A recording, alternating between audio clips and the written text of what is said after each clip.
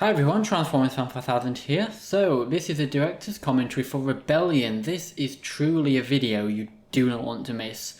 The second half of this video, I'm actually going to be doing a fight breakdown of the actual fight between Starscream against Blackout, Brawl and Barricade all at the same time.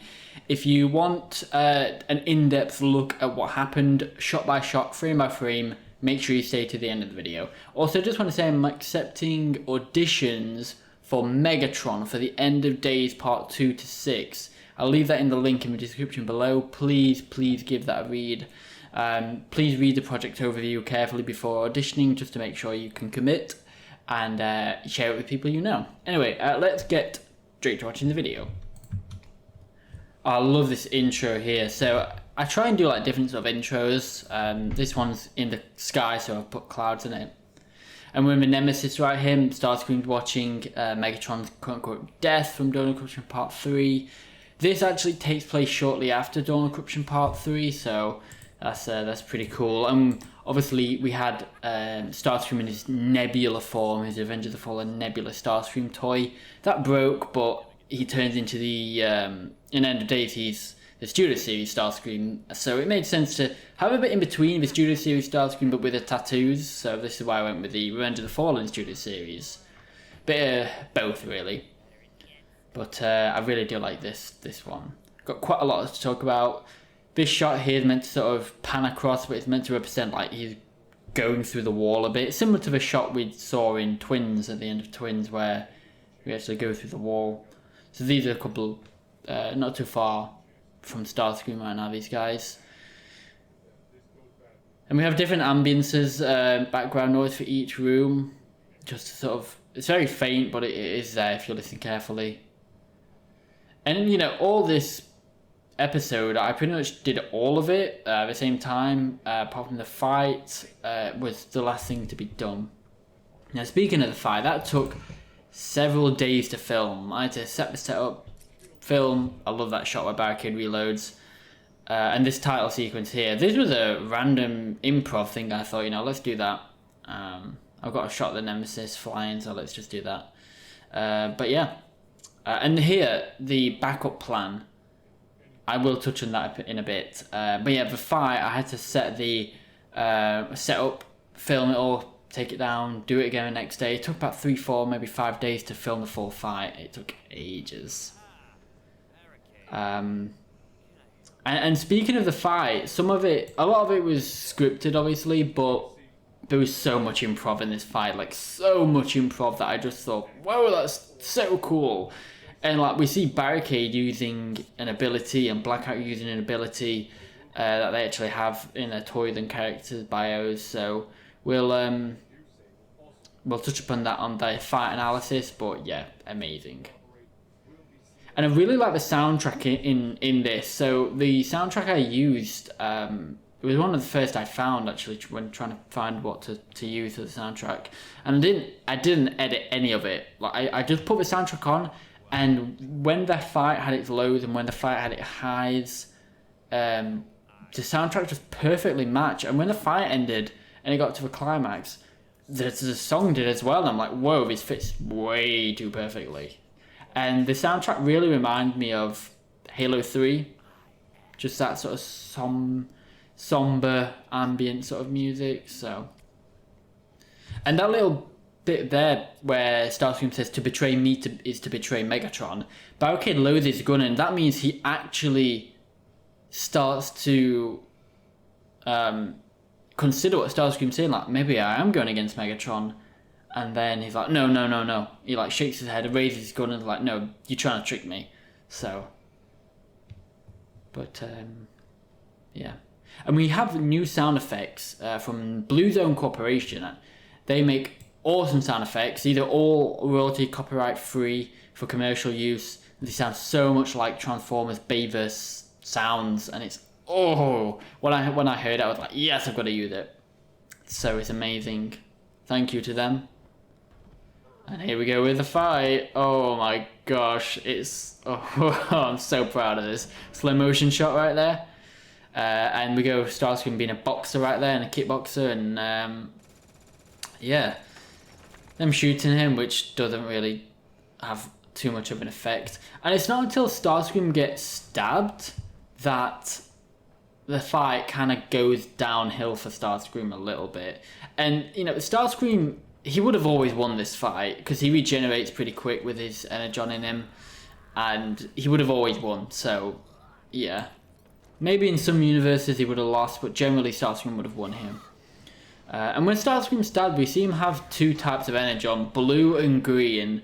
So that's basically, the blue is his like innermost Energon, like the pure, like that's pure Starscream Energon. The green is kind of, because in Dawn of Corruption Part 3, Starscream absorbed a green Energon crystal, which makes him stronger and more powerful every day. That green Energon is kind of like that. So at this moment, Starscream's bonding his energy with the crystal's energy, and he's still in the process of it, so it makes sense to have like two different bits of Energon in him. At least it does for me. So this fight's been a long time coming. You know, Starscream's, he wasn't a backstabbing coward in my series. He's had moments, but he wasn't too much of a treacherous guy. But it's definitely been, between these characters, a bit of a long time coming sort of fight. And when Barricade actually goes to make the arrest on Starscream, like, maybe Barricade is, I don't want to say she's manipulating the law, because he's a police officer, and Barricade isn't a bad cop, you know, in my series. He's good, but he's trying to, this missile right here, that was personal. I'll go into that later. But yeah, Barricade making an arrest, a legitimate arrest under the Decepticons' law, really, because he thinks Starscream is breaking the law and bringing the Decepticons into a state of disrepair and all that sort of stuff. So Barricade genuinely thinks he's making a decent arrest here. So it's interesting. And you know what I love about this fight is Starscream is fighting essentially every single type of fighter. We have Barricade, Brawl, and Blackout. Barricade is small, and he's not too strong, but he's fast. Blackout is huge. He's slow, but he's so strong. When Blackout grips Starscream, Starscream struggles to get out of Blackout's grip. And Brawl's in the middle. Brawl is taller than Barricade, but he's smaller than Blackout. He's not as big as, like, he's not as stocky as Blackout, but he's bigger than Barricade. He's not as fast as Barricade, but he's faster than Blackout. And he's got that balance between Barricade and Blackout, which I really do like. And, you know, Barricade's got a gun and a baton. Blackout uses fists, and Brawl has missiles, guns, and a blade. So it's really cool to see that all, you know, Starscream is fighting every type of opponent. A small, medium and large, quick, strong, slow, weak. He's fighting every type of opponent in this, which I really like. And they all have their own style, which is really cool. And this line coming up with Starscream when he's saying, you know, I'm stripping you of your rank and title completely. Today you're all no ones who mean nothing. That is the same line that was in Peace Pipes, and basically in Peace Pipes, that is when Barricade's, before he passes out, he hears Starscream's final words, and in that, you know, his vision's going blue, he's starting to pass out, his vision's going dark, so we have a vignette effect. Here, on this shot, when Starscream says that as well, as we are zooming in right now, you'll notice it slows down the shot. It goes blurry, and we have a vignette effect. And it's replicating that. Because Barricade right now he truly thinks he's lost. Like, he's not zoning out, but he's so, like, it's hard to find the words. He's kind of like Rick in The Walking Dead. If you guys have, spoiler alert for The Walking Dead season 7, episode 1, when Negan is using Lucille to be horrible, you see a shot of Rick, and he's so distraught, and he's got the 1,000-yard stare sort of thing. That's what Barricade's doing. He's not zoning out, but he's just staring so intently, and he's so horrified. He thinks Brawl and Blackout are dead right now. And we see Barricade's weapon there as well, his baton and gun actually fall from his grip and into the ground below, which get picked up by Barricade later on. But, you know, he gets kicked out right now. So yeah, that's what Barricade's feeling. He's got the 1,000-yard stare, and essentially that is the same as what happened in Peace Pipe before he passes out. You know, we hear that same line. And that... Thanatos Prime recorded those lines for this, and then I think he did a different variation of the line that I scripted. So I went back when I was doing Peace Pipes and I'm like, hey, can you re-record this line? So he did, and then I used that. So all of Eli's lines in this Starscream was recorded in one bit, apart from that one final line, pretty much, as far as I'm aware. Like, that came from Peace Pipes when I carried it over, but yeah, really cool. Definitely interesting. So yeah, he's been kicked out the Nemesis, and you know, the thing is, we have this sort of sad music because this episode, for all of the characters, Barricades, Decepticon and Starscream, it's both a victory and a defeat. So Starscream's won, essentially, he's won the fight, but he's kind of lost some good troops here. You've got Barricade, Blackout and Brawl, and he's lost them. But when they return, hopefully, they're going to be stronger and more disciplined and less likely to question Starscream ever again. So Starscream hoping for a short-term loss but a long-term gain in banishing them. Whereas for the Decepticons here, for Barricade, Blackout and Brawl, it's a loss because they've lost to Starscream, and Barricade thought, genuinely, when they fell out of a Nemesis, he thought, they're both dead. I've got Blackout and Brawl killed. But this episode is a victory for Barricade right now, because at the end of the day, what's the most important thing? Family. Barricade is ending the episode with his family, realising they're alive, they have a second chance, they're not dead. So in a way, it's a victory for them. It's both victory and defeat, so, you know, there is that. But it's definitely an interesting episode. And, you know, these songs at the end, this song here, Run For Your Life, and the next song that played in the credits, they're both, they were both choices that I was going to use for the scanning shot. And I'm like, oh, which one fits better? And to be honest, they both fit. But it's just the Run For Your Life song that just, that gets me pumped. Like, it just makes you want to jump up and down. Because, it's a victory, in a sense. So when Barricade is turning around, we hear some lyrics, and for the same reasons as I had the Nefex song at the end of We Are Here, We're Waiting, the lyrics are just so reminiscent of the episode. It fits so well, because with We Are Here, We're Waiting, the end lyrics were essentially relating to Breakaway's mental health, whereas the lyrics in when Barricade's scanning the new cop car is talking about how he was, you know, paid for this, enslaved for this, and run for your life. That's essentially what they're doing. They're running for their life, but they're also sort of sending Starscream a message to run. And Barricade years ago was a cop, so he was paid for this sort of thing, you know, to go up against criminals, essentially. So all the lyrics translate to what Starscream basically is, you know, Barricade is, in a sense. So, yeah.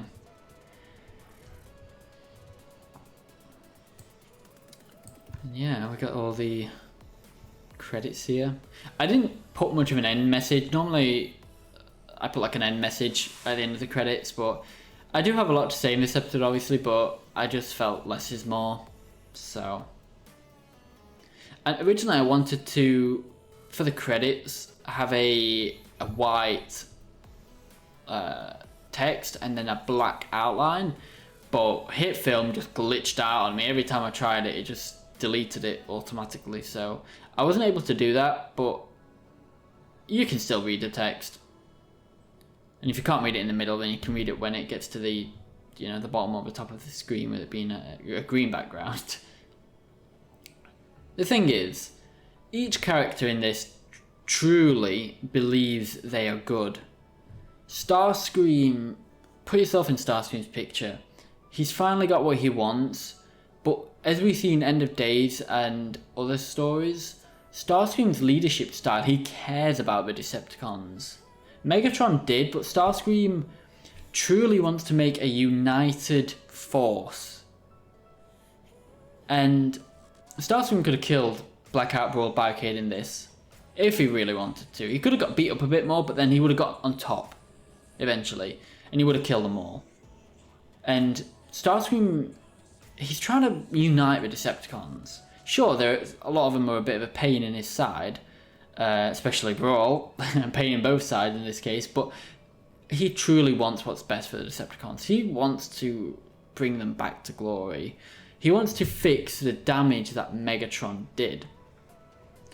And here is Barricade, Blackout, and Brawl just coming in trying to kill him essentially and arrest him.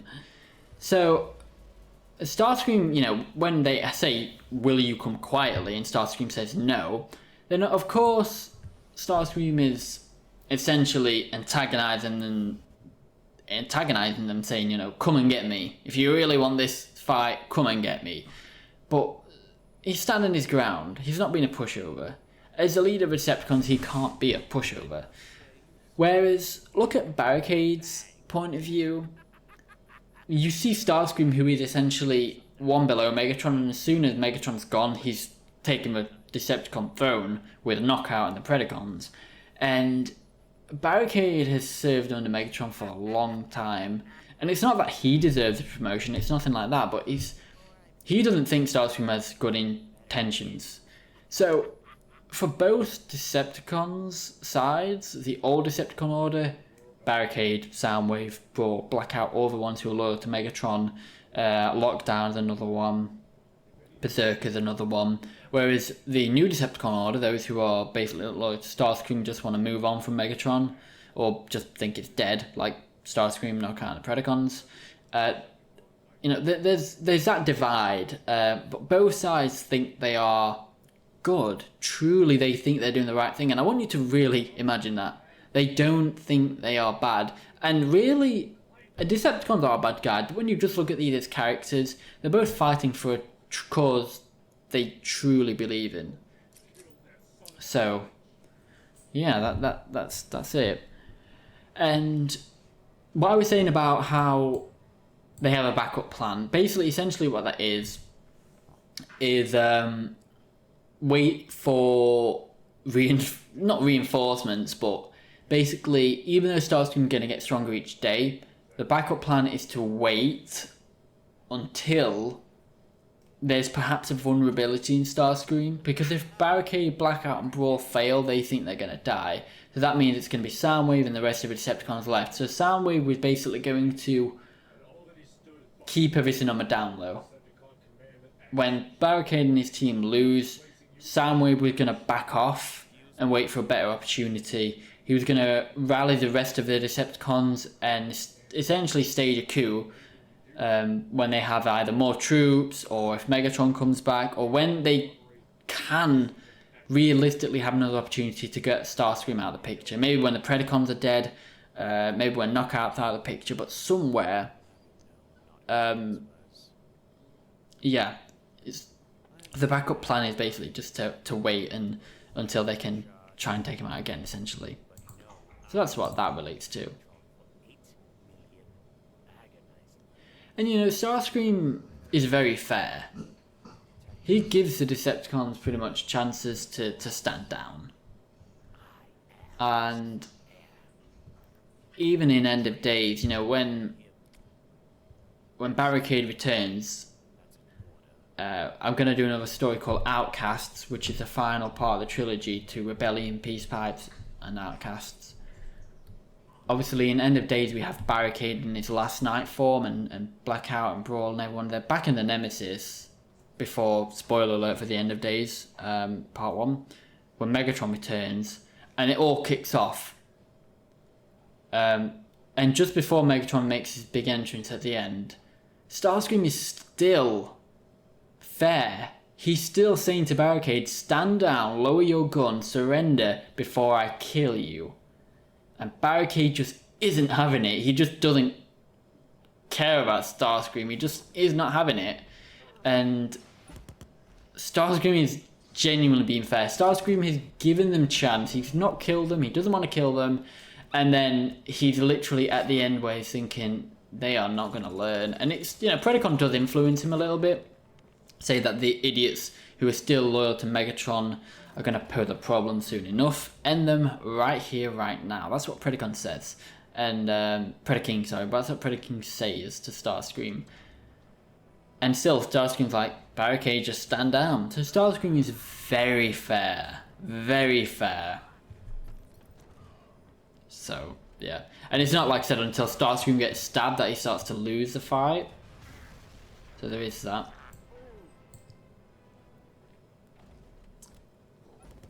In a minute, when Starscream kicks Barricade there, just before Starscream kicks Barricade, if you listen closely, you'll actually hear Starscream saying, kick you, I'll kick you, just before that. And Barricade spits blood, because he gets kicked in the face so hard.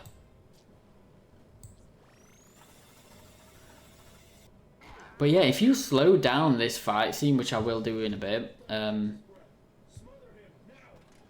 and the scanning shot when Barricade scans in your alt mode, you'll see how much work went into it. Like, especially the scanning shot, look at the legs, look at the arms, forearms, wrists, look at everything. I literally do everything on it. Very proud of that shot there.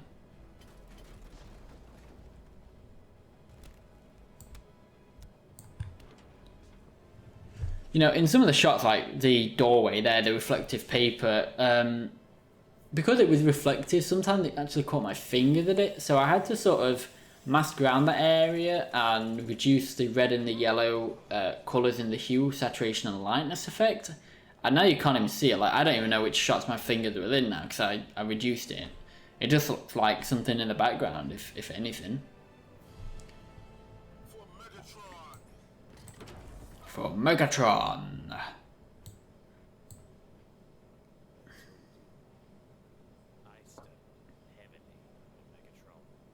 Now, one thing I sort of did with this episode, I got to the point when I'm like, oh, I just want to finish it. The fight's taking ages to animate and edit. I just want to finish it. I could have spent another maybe day or two on it, maybe polishing things up, but as I mentioned in previous videos, I actually have OCD, something called just right OCD, which means I'm a perfectionist, but it takes it to the next level. And with the illusion that of perfection, you know, nothing is perfect. You know, even stuff with End of Days, I look back now and think, oh, I could fix that now.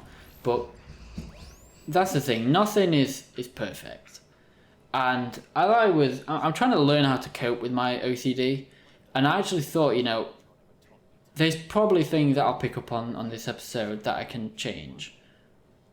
But let's just get it out there. Let's learn more about my mental health and let's just do it. Don't let my OCD hold me back from releasing this episode. Don't let my nitpicks do anything to harm the production and keep it editing longer than it needs to be. Even professional films to millions and billions of pounds, they aren't perfect. They have errors. They have stuff that's not right in them. So I was thinking, you know, let's just get it out there and just tell my brain that it's okay to release it, even if it's something like nitpicking. I'm not saying I rushed it, but I released it earlier than what my OCD brain wanted to. And I think that's a good thing to move forward. Otherwise, I'm just always going to be in the editing stage. That's why End of Days Part 1 took me so long to make. So, yeah. And this bit in a minute when Barricade falls out the Nemesis, he basically falls from thousands and thousands of feet in the air to the ground. And obviously you only see a few shots, you know, a few seconds, and then he's on the ground straight away. That was sort of intentional, because otherwise it would just been Barricade falling for a few minutes. Like, Barricade is literally falling from a great height in the sky, higher than planes fly. Like, the Nemesis is above the clouds. That's why this, you know, the gaps in the floor. Speaking of the gaps in the floor, actually, that reflective paper picked up the green screen. So it, when I green screen keyed it, it removed some of the green from the reflective paper. So the funny thing is, when I put the sky clouds underneath the Nemesis and, you know, moved it to make it look like it were moving, it actually did the same for the window. So you can see in some of the reflection on the door shots, the sky actually going as well, which is pretty cool. But yeah, this bit here where Barricade falls, so he's obviously fighting against the wind, but when he's falling for ages. Like, imagine how long a skydive takes. That, you know, I mean, it's quick, but it can take a good few minutes sometimes to get from the thousands of feet in the air all the way to the ground. So Barricade is falling, and I just cut it down to him falling straight to the ground, just because it would be boring otherwise. Literally, it would have been Barricade falling and falling and falling and falling and falling, and then he hits the ground. You know, it would have been ages. So just know that there is a couple minutes difference between him falling out of Nemesis to getting on the ground, because he's falling a long way, and they all survive. So that shows how durable the Decepticons are in my series. So yeah, I didn't want to make it boring, so I just cut that out. I mean, I didn't have any shots planned for that anyway, but you get what I mean. Yeah, it's definitely, I'm definitely happy with it. And in a moment as well with when Barricade scanned his new mode, we'll see the cop car. That's Barricade new alt mode. We'll see it driving on a bridge. I actually made that bridge, so I used obviously different background. I used the sky, then I had the mountains, then I had the ground, then I had some rocks in front of the camera. But for the bridge, I used something called grunge. If you don't know what grunge is, it's basically a surface texture. So you can have wood, metal, concrete. If you search up grunge, it'll come up with loads of images of like a surface with texture on it. I essentially used loads of different textures and just started masking around and making a bridge. So I mean, I put a road in it as well. So yeah, it became a bridge. That was pretty cool. I was quite happy with that bridge. There we go. Definitely like the scanning shot on the eyes. When I made that shot, I lost count how many times I watched it, and that took me days to do as well, that one shot. But I lost count how many times I watched it. I was like, it's only a few seconds long, but I would just replay. I watched it so many times. Just like the Starscream fight when he kicks Barricade. Yeah, but Peace Pipes is already out. So Peace Pipes was a story that was never planned. It was always going to be a rebellion and outcasts. But if you go and listen to my director's commentary for Peace Pipes, you'll hear me and Eli talking basically that there was never a plan for Peace Pipes. It's just Eli suggested it, and I was like, actually, that could work. That has some merit to it. So I was like, yeah, let's do it. But yeah, there was never a plan for Peace Pipes. But, you know, things lead into the story, because Barricade actually says to Blackout in Peace Pipes, your rotor's busted, so you can't even fly. That's what Starscream does. So, in the fight, Starscream spins and gets his saw blade and saws Blackout's helicopter rotor blade on his back. That's why Blackout can't fly in Outcasts, because it's sawed. So when you might think, okay, when Blackout fell out of Nemesis's trapdoor, that he could just transform to helicopter mode and fly back in. No. I mean, he could if his rotor blade weren't damaged, but even if Blackout fell out with Nemesis and transformed, there's no way his rotor blade would have flown. So Blackout fell to the surface, hit the ground just as Brawl and Barricade did. So yeah, it's all leads into everything. So, and obviously because in Peace Pipes the Decepticons don't have any resources and they're very limited, they can't fix Blackout's rotor blade. And you'll actually see sort of like Blackout's back, where his rotor blade is. One side is even, like transformed normally, and the other side sort of like sticking up. So it really affected them. Especially not having a bird's eye view, you know, in the sky as Blackout. The Decepticons really had to learn on the ground. They didn't have anyone in the sky to watch out for them or to you know, scout out things.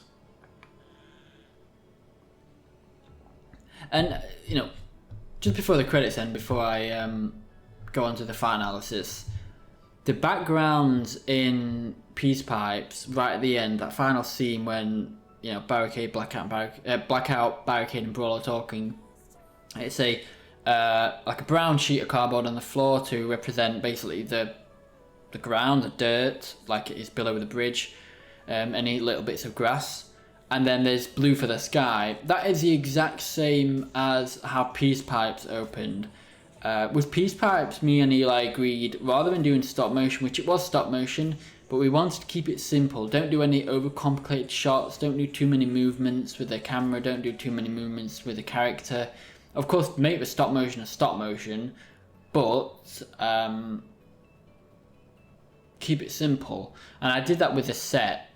The opening of Peace Pipes, apart from the oiler rig, when Barricade, Brawl and Blackout are scouting for Energon in the opening minutes, the military bases are the same. They're a brown sheet of paper and a blue sky, and it's the ending of this is to basically pay tribute to that.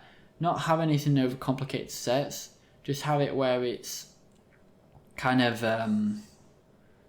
like a simple background.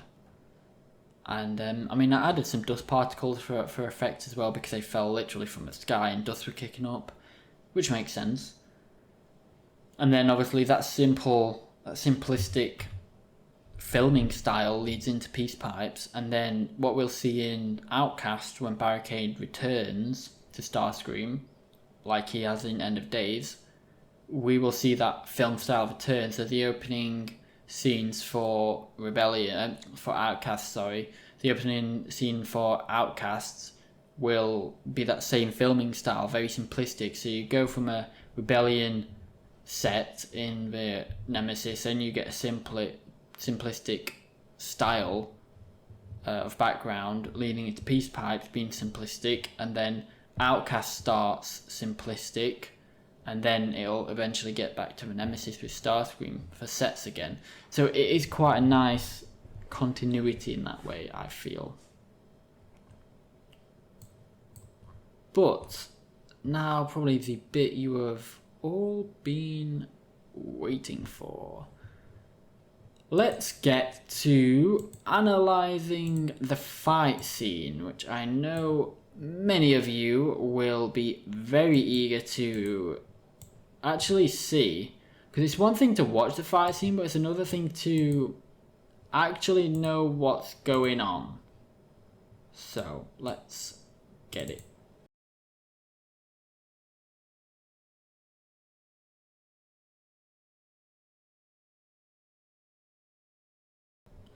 Okay, so here is the fight. So we see a couple of shots of Starscream right here. And then obviously it goes to Barricade, Brawl and Blackout entering the room. And again, watch the fight in slow motion, because it's a treat for your eyes. Barricade getting his sidearm. Have a few shots back and forth here. And obviously Starscream's talking to him, and it lowers Barricade's confidence. Like, maybe I'm doing the wrong thing. Maybe I'm betraying Megatron, and then Starscream says something else and Barricade raises it back to him. Starscream's like, no, I'm not going to surrender.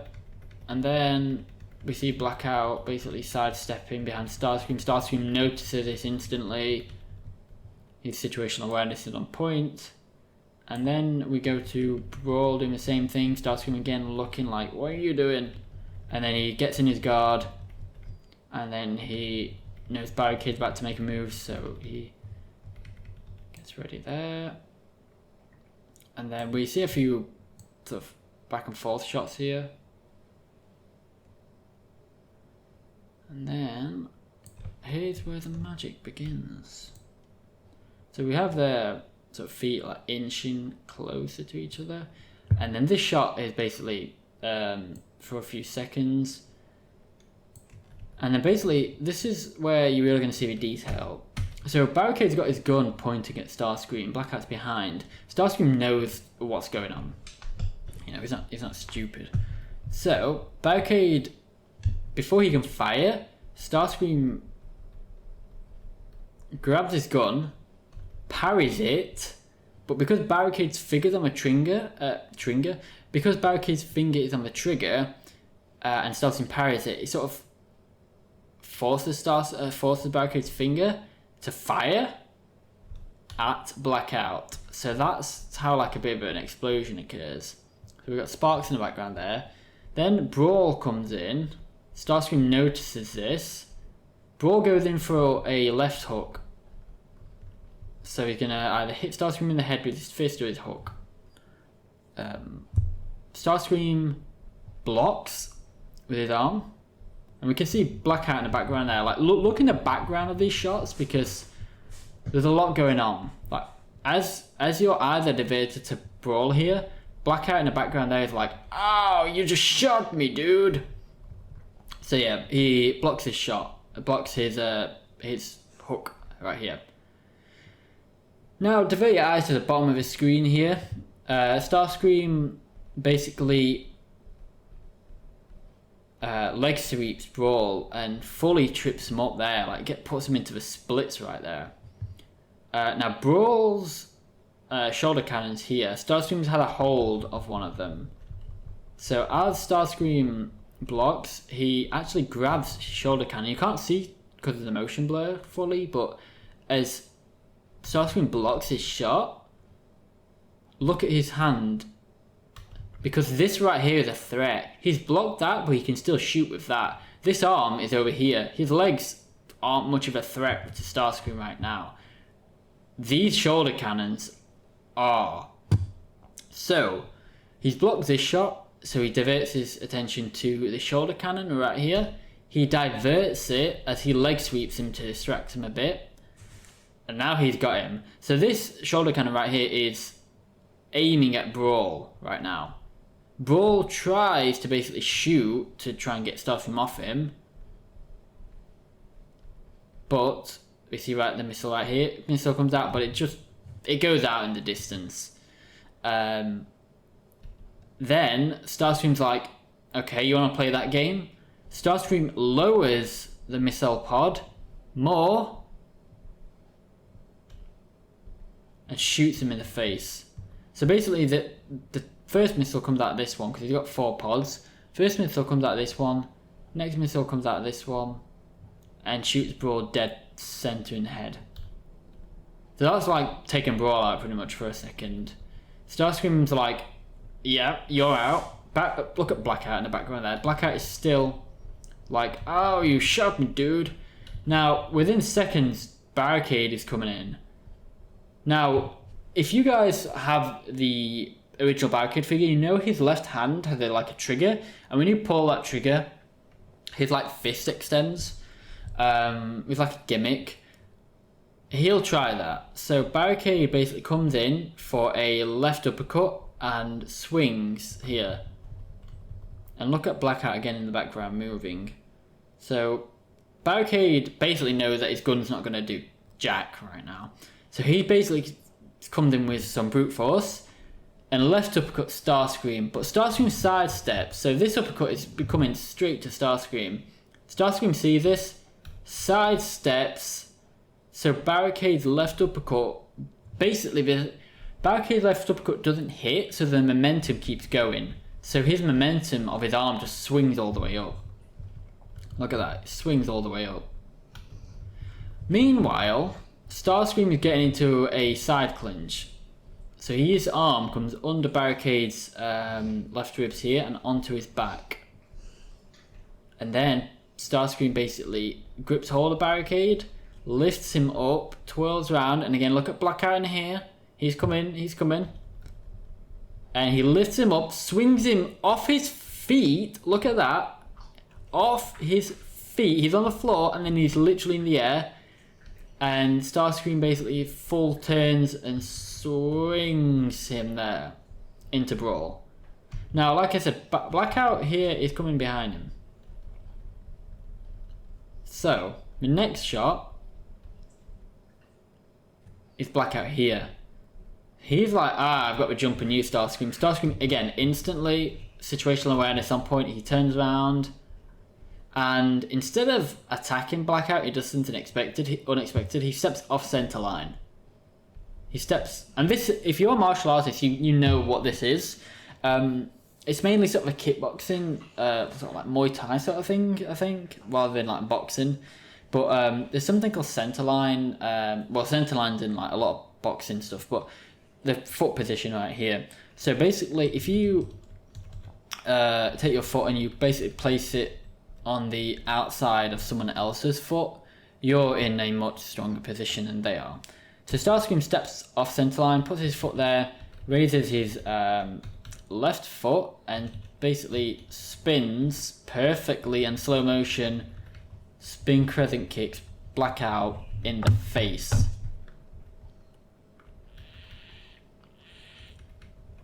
And the audio is all slowed here as well, apart from the music, obviously. So yeah, he goes there. Here's where Starscream's Muay Thai kickboxer instinct comes in. So Starscream, I mentioned they all have fight styles. Blackout's more of a wrestling type. And Don't T. Michael, who, I hope you don't mind me saying this, you're watching it, but he is, like, he was a wrestler as well, so it's very much, he fits in with his character of Blackout. But yeah, Blackout's like a bruiser wrestler character. Starscream is a bit of a kickboxer. Barricade is kind of like a street cop sort of style, you know, punching and kicks whatever he can get in with his baton and gun. Brawl, he loves his claw and his tank, so he uses those heavy weaponry. So Starscream comes in with a cross hook cross. So he crosses Blackout in the face, look at that. And look at Starscream's legs and his hips, they rotate. Boom! Left hook, boom! Right cross, boom! But look at Starscream's hand right now. So Starscream's hand, he punches Blackout and his head goes. He even rotates his propeller blade there a little bit. But look at Starscream's hand. So Starscream, when he does this last punch, he doesn't bring his hand back. He keeps his hand there, and he rotates his hand round and grabs Blackout's head. Basically, he pulled him into a clinch, a side clinch, and knees Blackout. He knees Blackout right there, and then he pushes him off. Blackout goes stumbling down. Just show you guys that again. So he does cross up cross, into side clinch, knee, push. Boom, boom, boom, boom, boom. Sorry, I'm really satisfied with that. And we have camera shakes in all these as well. Well, not all of them, but we have a lot of camera shakes. Originally, I had camera shakes in every shot, and it looked awful. Like, genuinely, I was like, that looks terrible, you can't make out what's going on. And then Barricade and Barricade and Brawl have got back up. They're shooting Starscream in the back, where he's vulnerable. Starscream's not having any of it.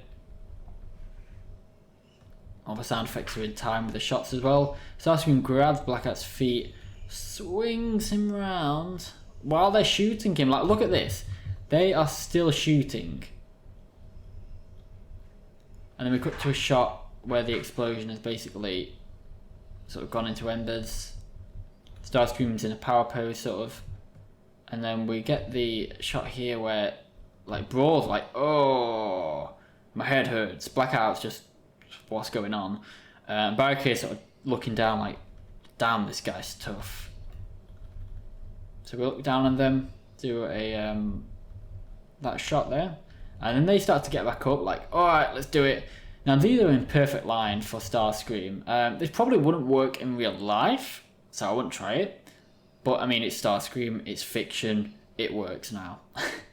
Starscream does a spin crescent kick into a sweep, and he sweeps all of them off their feet. Boom! They're all on the floor again.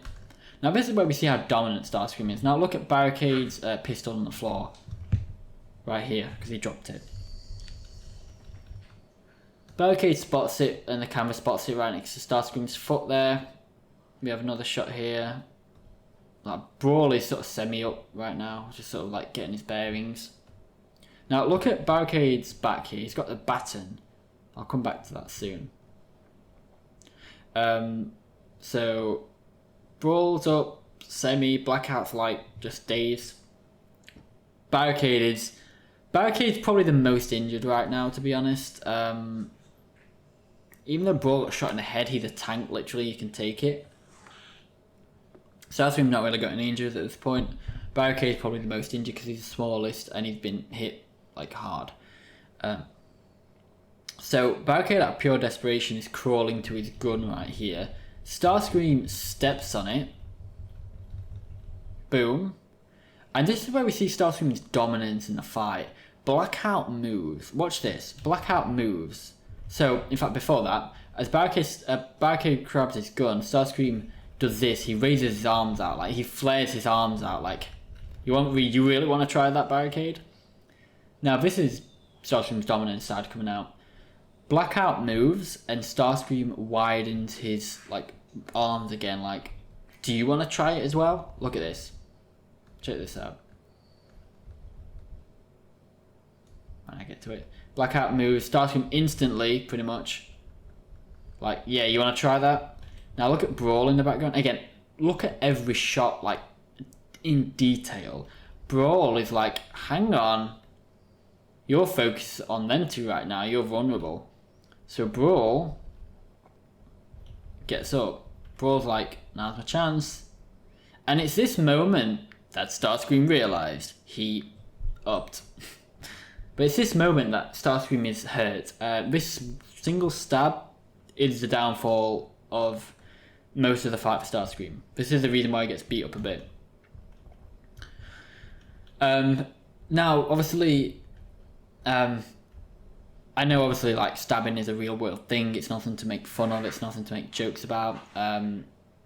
Brawl stabbing Starscream this many times in a fight isn't meant to be anything that replicates real life. If you get stabbed in real life, it's serious. I'm not trying to make fun of anything like that in real life. This is just for the story to show you how strong the characters are. I mean, it's war. They're going to be shooting each other, stabbing each other, swinging swords. So again, you know, it's nothing for that. It's just for the story.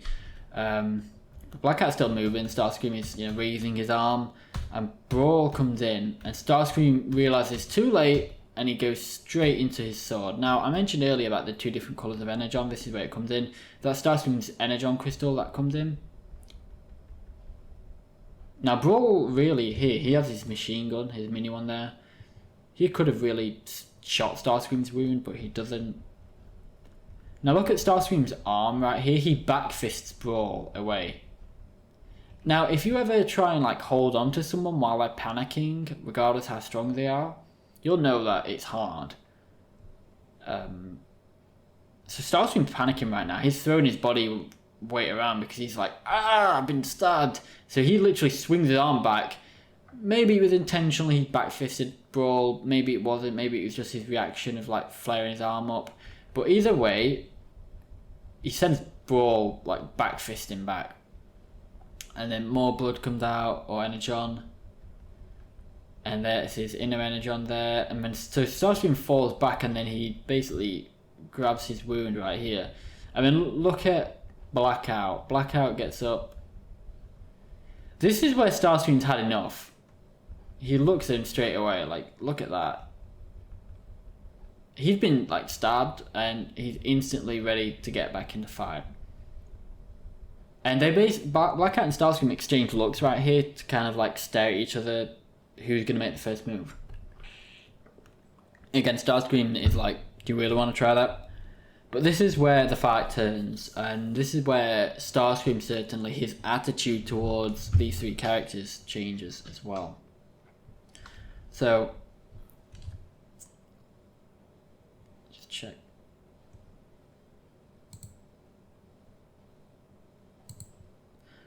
Just checking that with the recording there. So, if you guys have like collected some like Starscream figures in the past, or know anything about the movie Starscream, you'll know in his chest he has like missile pods. This is essentially what Starscream does. They're in more on the side of his chest right here, but Blackout basically moves a little bit.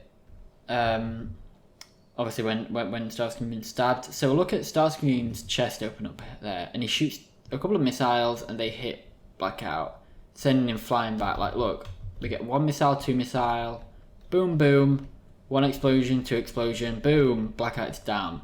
Now, look at Barricade. Barricade is prone right now. He's on the floor. He's not a threat to Starscream. Barricade literally is trying to get up. Barricade is trying to stand up just to like get away from this crazy Decepticon. Barricade's like, oh, I'm in pain. Let me just get up. I want to get up. And obviously we got smoke where Blackout is. Barricade's like, I just want to get up. Help me. Starscream's like, nope. And he shoots a third missile at Barricade. That's just... that is mean. But, you know, it's what happens. Now, Brawl in the background there. Next shot, Brawl... Blackout is there with a smoke.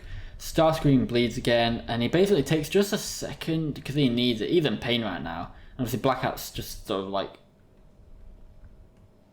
hurt there.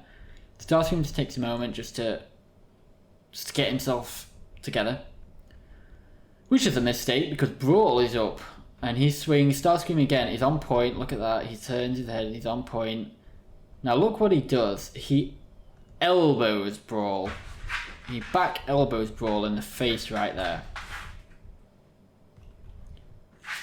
So Brawl is running to try and stab him. Like, look at Brawl. He's going for the kill with his shot behind him with his sword. Starscream sees this.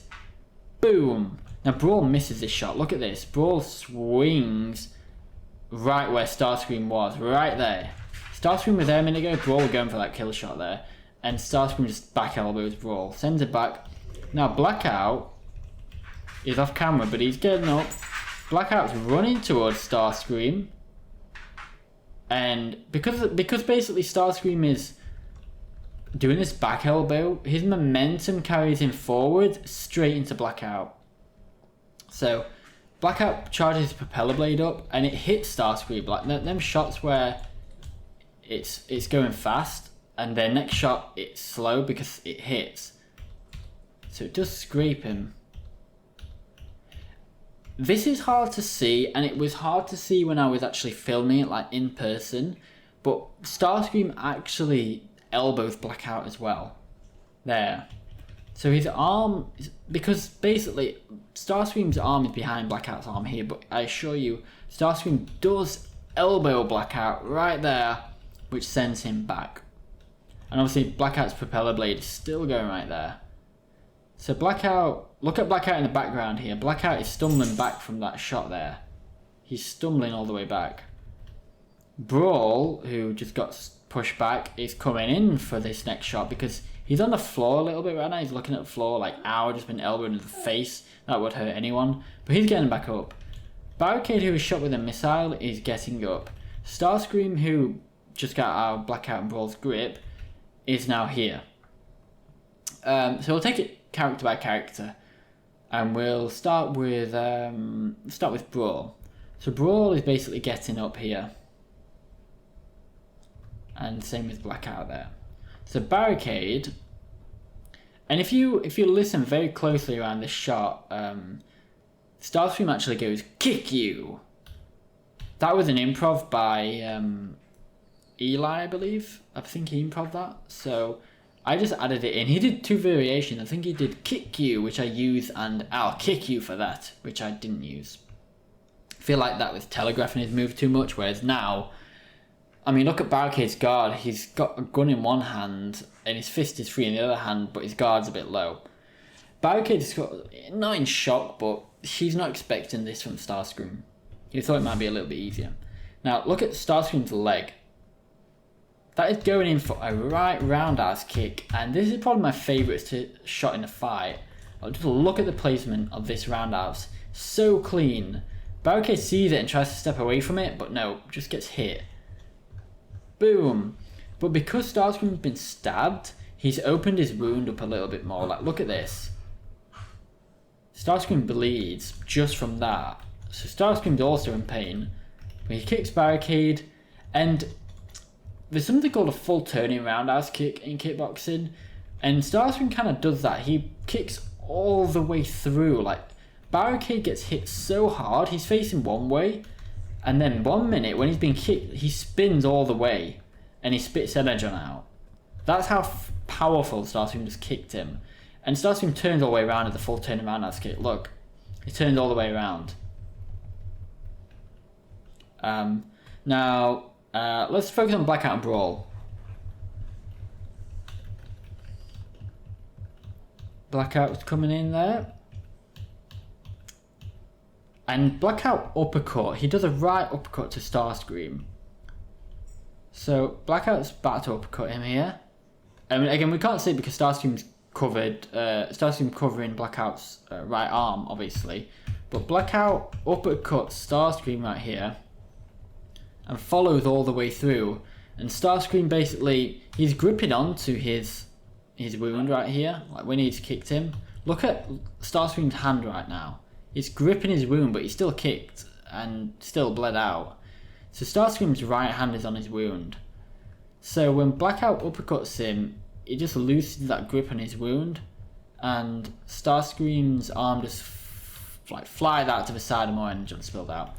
But because Blackout's hit so hard, his uppercut's gone straight through him like there. And he's turning because he's hitting that hard. This is what I mean. Blackout's a slow fighter, Brawl's a bit medium, Barricade's fast. Because Blackout's so strong and so slow, it's pulled him all the way back here. Now Blackout turns his head.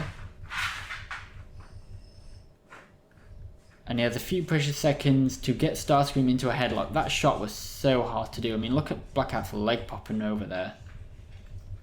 And he gets Starscream in a headlock. Now Brawl in this shot pretty much just don't really do much.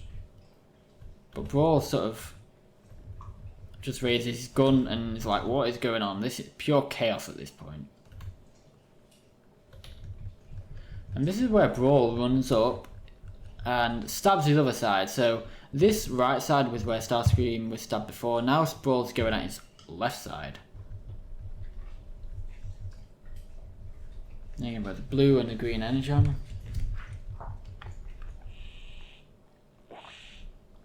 You can probably hear my tapping on the keyboard. And then Barricade's up by it now. So Barricade comes in and drop kicks Starscream back just a bit, while Brawler stabbed him and while Blackout's got hold of him. Basically, if you get drop kicked, it's not good. But Barricade's force, anyone can drop kick. Well, no, they can't. No one can drop kick, but I mean, anyone who drop kicks, it's gonna hurt. No matter how big or small you are. If someone lands a good drop kick, that's gonna hurt. And it sends you flying. I've never been drop kicked before, so I wouldn't know, but I've seen videos of it. Because of obviously martial arts. So Barricade, with so much force gliding, pushes Starscream out of the grip of Blackout and Barricade and Brawl. So Starscream right now is in the grip of Brawl's blade and Blackout's grip headlock. Barricade hits him that hard that he forces him out of both of their grips. Now, Starscream is completely vulnerable. Because you might be wondering why is Barricade on the floor. He's done a drop kick, so he's in the air, so now he's landed on the floor. Barricade's recovering right now. He's been pushed out of Blackout's headlock. So Blackout's still on 2 feet, so is Brawl. Blackout charges his propeller, look at that. He charges his propeller and hits Starscream, while Barricade stands up. And Brawl again is taking a few steps forward to get ready. Barricade back fists Starscream right there. Now look at Barricade's baton on his back. This is what I mentioned earlier. Look at his baton. He brings his arm back and his baton slides out, and then it's actually on his person. So again, boom.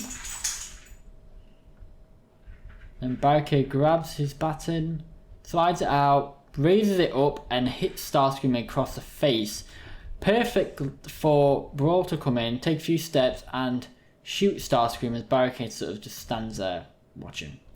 And again, look at Blackout. So Blackout has hit Starscream, and he's a bit like Brawl, like just waited for the right moment. And as Brawl steps forward, you see Blackout look at Brawl like, okay, see what you're doing right now. Just play that through one more time. I hope obviously I know I'm explaining this in good detail, but I hope this is entertaining for you guys. Just look at that baton strike. That baton right there. Boom. It fully turns Starscream's head. You can probably hear my dogs in the background. I apologise for that. Obviously, I can't help that. And I have a Cocker Spaniel, so anyone who has a Cocker Spaniel understands. So, next part is Blackout. He basically also had enough. Again, Blackout's a wrestler. He's a bit of a bruiser. Blackout's a powerhouse. Let me just say, if it wasn't for Blackout, if it was just Barricade and Brawl, none of this would have happened. The only reason, pretty much, I mean, obviously Brawl stabbed him initially, but the only reason the fight goes the way it does is because of Blackout. If Blackout was not there, Barricade and Brawl would not be in the position that they were to stab Starscream. Purely because of Blackout is the reason why Starscream takes so many hits. So Blackout is like angry at this point. He basically shoves his arms back like, yeah, as the camera zooms in and shakes, like, look at that, yeah. Blackout's ready to go. And he charges. Now Starscream's arm right here, look at it, it's in like a bit of a defensive formation. With martial arts, you can close your fists and make a fist to fight, or you have open palm. Open palm, you can do open palm strikes, but generally, if you're going to fight someone and you've got your fists up, that's aggressive. If you have your palms out, it's less aggressive, like, no, back off, I don't want to fight you. And that's not a coward sign, that's just a back off, I don't want to fight you. If they keep trying, back off, I don't want to fight you. If someone keeps aggressing at you, back off, I don't want to fight you. If they keep going, you turn it into a fist, boom. That's what you get taught in martial arts. Starscream's got open palm right now. I know that's obviously the way of the figure is moulded, but I wouldn't have positioned it that way otherwise. Starscream's palm is facing Blackout right now. It's not like twisted inwards to a fist. So Starscream's arm's like here. And as Blackout charges forward, Starscream sort of tries to push against it with his arm, but it's just not enough. Like, look at his bicep just compresses in straight away right there. As Blackout charges through. Look at Brawl. Brawl's about to shoot and he's like, what is going on right now? As Blackout just literally, I mean, look at Starscream. He's completely gripped.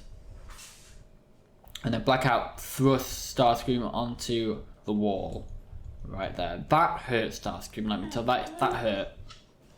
That definitely hurt Starscream right now. So yeah, that definitely hurt Starscream, that did. And then the next shot, look at Blackout. Look at his eye. He's actually, like, Starscream's looking away because he's been slammed into a wall. His guard is down, but he's in Blackout's grip. Blackout is actually looking away at his blade, like getting it ready. And then Blackout starts his blade. And the way I did this, if you're wondering, is I literally, the blade was like this. And then I spun the blade and then took a photo. And then obviously waited for the blade to slow down and stop. Then I spun the blade, took a photo, so it gives you the illusion that it's propelling a little bit. So Blackout starts to propel and then looks at Starscream. And look at Starscream's hand. Starscream's hand is on Blackout's head. Starscream's sort of also trying to push Blackout's head away. So Starscream's really losing at this point. And Blackout looks at Starscream and pushes this blade into his face. Like, look at Starscream's arm right now. Starscream's arm is like, please no. However, what you may notice is, look at Starscream's right arm. I'm going to play that again. Look at Starscream's right arm.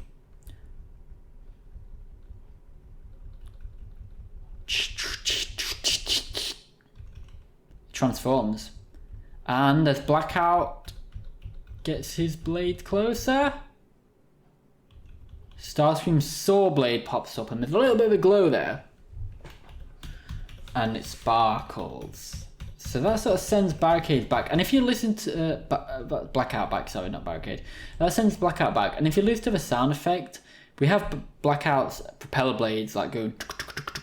And then as soon as it clashes with Starscream's, a new audio plays when it's like a propeller blade, but it's like it's catching on something, so it's a different sound effect. And then as soon as obviously that stops, they push against each other for a few seconds. Blackout's propeller blade goes back to the original sound. So yeah, it's definitely clashing, and then it plays a different sound as Blackout pulls away from that, from the shock. His propeller sound effect goes to the exact same, and it pushes his body back a little bit. And Starscream thinks he's kind of like free a little bit right now. But look at what Blackout is about to do. Boom! He headbutts Starscream. I don't need to tell you that's painful, especially if you've got a guy like Blackout. I mean, the reason why Blackout's pulling back is because of that propeller clash, but I mean, that would just send Blackout back here. Blackout pulls his body back and then launches his head. Like, look at that. And look at Starscream's head as well. It does turn a little bit. And it also hurts Blackout. A headbutt is one of them things that it hurts the victim, but it also hurts the attacker. So you hear both Starscream and Blackout grunt. They both go, "Ugh, ugh." So it does stun them. Starscream is hurt more, obviously. Blackout picks Starscream up with his right hand and then takes him off camera, and the camera follows a little bit. You can see the monitor right there as well. That's made of 3 pieces: the stand, the keyboard, and the computer monitor. I suppose 4 or 5 if you count the printed paper that I had on the screen and the keyboard. We have a really quick shot here, just of Blackout dragging Starscream. It's only like, how many frames is that? 1, yeah, a few frames. And then getting launched. And literally, look, Starscream spins, like pretty much on his head almost, like vroom. He spins. And oh, I'm so proud of this shot. I don't want to sound like I'm being bragging or anything, but it's good when I'm not critical of myself, since, OCD. But I'm really proud of this. Now, when Starscream, when Barricade says, smother him, now that chance, Brawl looks like, yep, I acknowledge you. Blackout's pretty much just ready to go. Like, as soon as he says that, Brawl is looking at him, then he looks back. Smother him now. Blackout's the first to go. Blackout's ready, then Brawl, then Barricade. The motion blur was really good in this fight. This is where I start to feel a little bit sorry for Starscream, because he didn't ask for any of this. Starscream was having a good day. Starscream woke up this morning and he was like, okay, now I'm in a new position of management. What can I do to better the Decepticons, to help them live their fullest life? What can I do to protect them? And then he's watching a video, it might be a Megatron getting destroyed, but he's watching. He's improving. He's looking where Megatron failed, so Optimus doesn't do that to him as well. With a Sky Manipulator Cannon in Dawn of Corruption Part 3 at the end. Starscream, he's getting... The day started with a meditation, he's zenning out, and he's like, alright, I can't wait to see my Decepticon buddies today. I'm gonna really make today count. And then these three guys walk in and just start kicking his butt. Like, I feel so bad for Starscream. But Blackout does a full swing with his roundhouse here. Sends Starscream back. Starscream's on 4 anyway, but I mean, he's got his missiles now. Like, Starscream didn't really have that before, but he's got his missile pod now. Look at Starscream's head. As Blackout kicks him, it's this weird orange. That's actually a force field. That's a shield right there. So I have this thing in my series called the shields, shields. Regenerative shields. That's what I call it. In 1518 Day Without an Accident, Silverbolt mentions that, and that's how Autobots are able to defeat Predaking in the end, and Deadlock stabs Predaking through the shoulders, who is also a character of Eli voices. Deadlock stabs him through the shoulders because his shield's down. If Predaking's shields were up, that wouldn't have happened. So the characters have shields in his points in my series. They don't always have it. Early on in the war, they wouldn't have it. It's just an upgrade they acquire. Some force fields are more powerful than others. It's not like Trailbreaker's force field. It's like a personal protective layer coating, like an extra bit of armor. So Blackout kicks Starscream so hard it bursts through his force field. And then Brawl is behind him, stabs him in the back of the neck. Ow. Right at the top of the spine. And then just for good measure, he adjusts his position and thrusts it into Starscream more. Like, look at that. Damn, like, Brawl is looking down at Starscream, like, yeah, eat this, Starscream. And then this bit, obviously, Starscream is looking up at Barricade as Barricade swings the baton down, and again, breaking his force field. Starscream's vulnerable at this point. Like, that's a full swing from Barricade, all the way from the top. Like, what you gotta imagine is, Barricade's hand is off screen right now. It's all, if you didn't have the restriction of the screen, Barricade's arm is all the way up, and it swings all the way down. Oh, that's a full swing right there, and it sends Starscream literally his face on the floor. All these shots, by the way, they take place within a few seconds after each other. It's a bit of a montage, really. So you got to imagine that between these shots, other stuff are happening. So between this, boom. Then we cut a few seconds later, Brawl's behind him, then a few seconds have passed, and then Barricade's there. So all these shots are not happening one after the other, they're sort of like happening, it's a bit of a montage, basically, of Starscream getting beaten up. Now this shot's really cool. I really like this shot. This is pure desperation.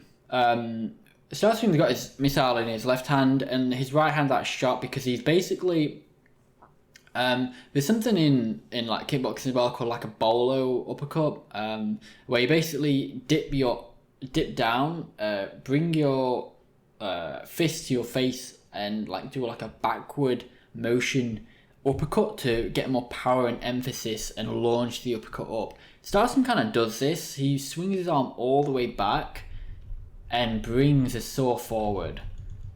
So he's really trying, like, look where Brawl is, and Brawl moves. But because Starscream's injured, he's off balance. His momentum just carried him forward. Starscream has no chance of really hitting him. Brawl's got his guns aimed at Starscream, and he's literally just like... I mean, look at Brawl's head. He sees this coming. Brawl is like, hey, tilts his head. He knows what's coming. Like, this shot right here, look. Brawl is there. He looks down. He sees what's happening. He looks up. That's not happening. Steps out of the way, and he looks at the blade as Starscream swings. Like, look at that. And Starscream's head is looking at Brawl right now, like, focusing on Brawl. He doesn't see Barricade right here. Now, I mentioned Barricade's ability, his toy gimmick. So he's got his baton in his fist, but look at Barricade's arm, his left arm. Boom! Boom! Look at that. He uses his ability to literally launch his fist into Starscream, and it literally like that would be the sort of move that knocks someone's tooth out. Like literally, look at that. He sparks in front of his face, and it just. I mean, look at Starscream's leg. He's off balance, as I mentioned. But when Barricade punched him, look at Starscream's leg. It just sort of he's off balance, and his left leg just twists down.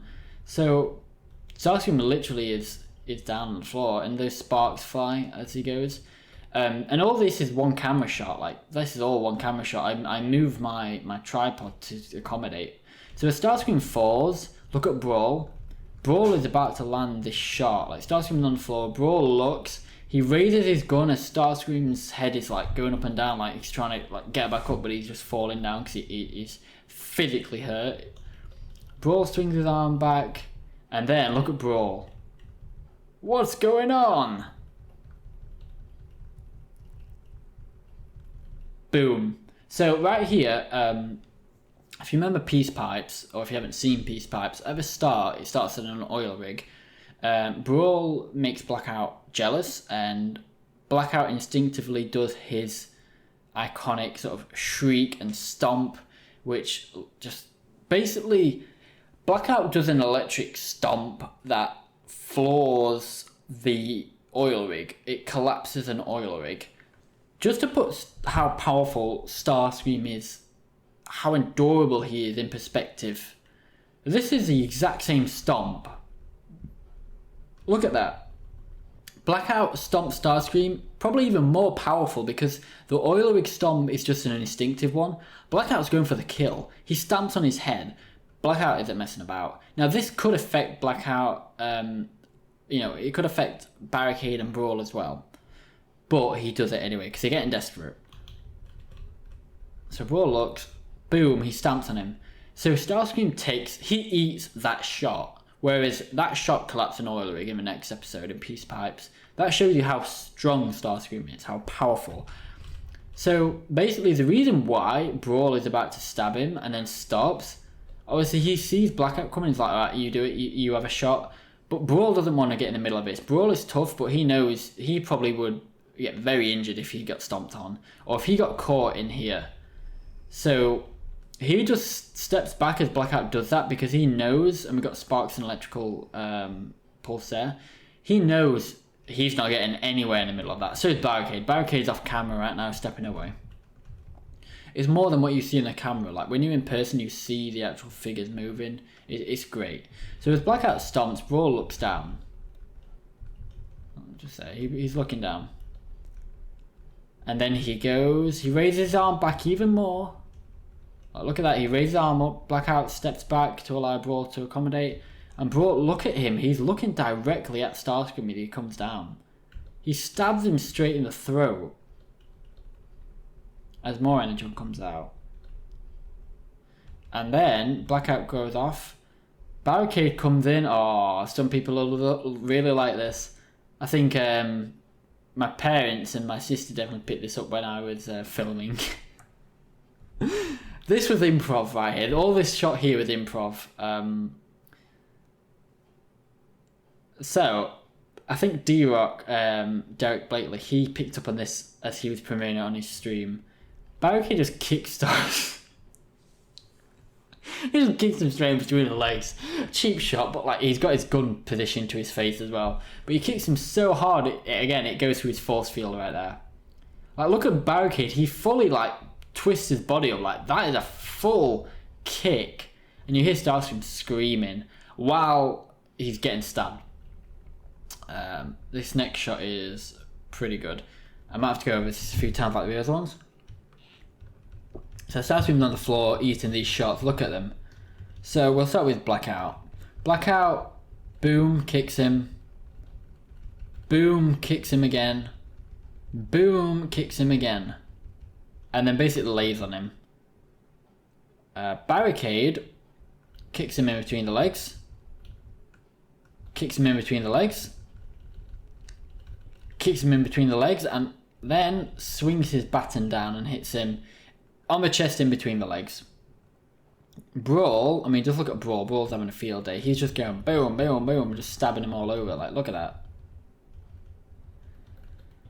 This is a really smooth shot with the animation. Starscream's had enough. This is Starscream at his desperate. He's got 3 Decepticons on him. So remember earlier how I said Starscream has missile pods like in his chest sort of cavity? They both open up. So the ones that he shot Barricade and Blackout with earlier, they both open up. And he blows them all back. Like, look at each character there. And look at the reflection in the doorway there. He blows them all back. And then Barricade just there, Brawl in the background. Starscream is looking up, very angry, and then lowers his face like I'm exhausted. And then stands up with a smoke following him. Barricade falls to the floor there. Starscream's had enough. And then his chest closes. I think that'll be a really nice reference. And his arms sort of flare up and down like just sort of in exhaustion, like, what does it take with these guys? I mean, he just looks on the floor, just pure exhaustion. Again, look at Brawl. Have your eyes everywhere in this fight. Look at Brawl. So, Starscream looks up, and so does Brawl. Brawl sees what's coming. Brawl slumps up, sits up, and it's like, oh no. I'm not getting in the way of this. Brawl just lay that out of the way, like, oh no. Starscream, kind of like Megatron does in Dark of the Moon in the final battle, tries to raise his gun at Optimus, but misses. Starscream raises his gun at Blackout, but misses. Blackout comes in for a tackle, so hard, and hits him against the wall again. Look at Barricade in the background there as well. And again, look at Starscream. He's done a double-handed sort of. He's got his both arms together to try and push against Blackout's weight. Blackout is tough. And then this shot is interesting. Starscream's got his hand against Blackout's sort of chest. Blackout is vice versa against Starscream. They've got weight against each other. They're both pushing their weights against one another. And they're both struggling until Blackout just gets the upper hand and just thrusts himself in Starscream. They're struggling. Oof. And look at Starscream. When Blackout pushes in, Starscream's head goes back. And look at his arm. His arm just caves in. Like, he can't hold this guy back. And then Blackout knees him there. So just as he's done that, he's kneed him. Look, even Blackout's propeller blade just sort of shaking with his knees. He kneed him a good 4 times there. And then after that, he literally, Starscream's down. Blackout swings Starscream and hits him. These are 2 separate shots right here. Where is it? There. These are 2 separate shots, but they flow so well. Starscream crashes into the control panel, which we'll come back to that control panel soon. Blackout charges his propeller up. He's getting towards the end of the fight. Raises his right arm and sort of points towards Starscream. And he looks at him and he gets his propeller ready. This is where it gets a bit serious. Well, it's already serious, but for Blackout it gets serious. Starscream's exhausted. He pushes against the control panel to lean up for support because he's so done at this point. Camera pans up. And then Blackout is charging. Brawl is with Barricade at the back there. Again, this is one shot. I moved the camera. Starscream sees this, and it's not that Starscream's slow. It's kind of like a baiting sort of tactic. Starscream's sort of acting weak. He's injured, don't get me wrong. Starscream is hurt. He's in trouble. But he moves last minute. Look at this. Blackout raises too high, and Starscream just sidesteps. He uses Blackout's strength against him. Blackout, again, he uppercut Starscream early, he took it too much of a rotation, so he sort of had to turn back. Starscream's more agile, so he looks at Blackout, turns around, look at his hand, transforms again. And not only that, but it goes in 3 stages. His hand converts, then the saw thing deploys, and then the actual saw deploys. And I did the same for Starscream that I did Blackout. I spun the blades and took the shot. So you should see in a minute, there a little bit it is. And he's also got his left arm ready with his rockets if he needs it. So Blackout's gone too far. There, you see the rotor blade spin? And he goes to Blackout, and it starts cutting away until it kind of like explodes a bit, and then we got them shooting. We go back to a shot. This is interesting. So after that, Blackout sort of turned around, Starscream spun around, and this like explosion sort of sparks right here. That's from the propeller blade. Starscream right spin back fists Blackout in the head. And again, look, it's going against his shield. Starscream spin back fists Blackout, and it hits his shield. Now these shots as well are from Barricade and Brawl shooting right here. And it sends Blackout all the way over here, crashing into them. Barricade looks up and is like, oh dear. Oh dear. Now this next shot here, we've got a shot between Starscream and then this shot right here. This is personal. So Starscream, I mean, he does this because he's losing the fight, but Starscream is... Barricade is the instigator in this. Blackout and Brawl, they're strong. They follow Megatron and Barricade. But Barricade was the instigator in all this. Barricade's the brains. He's the one that they'll follow. Brawl and Blackout probably would beat Barricade in a fight, but that doesn't mean that they should lead. You know, it's the same as like Predaking and Starscream. Who's stronger, Predaking, Starscream? It really depends at what stage in time we're talking about, depending on how powerful Starscream is. But Starscream got the more experience. Barricade's been a cop. He knows things. He knows how to lead. So, you know, they follow him. Barricade is the instigator. So Barricade's a problem. Starscream is so angry at Barricade right now. So this missile is personal. He shoots a missile. Barricade's feet, right there. And we actually see the missile right here coming frame there. Boom. That really hurts Barricade. That basically... that Barricade's out of the fight. Like, that missile goes directly to his legs. Barricade's out of the fight at this point. So that is literally...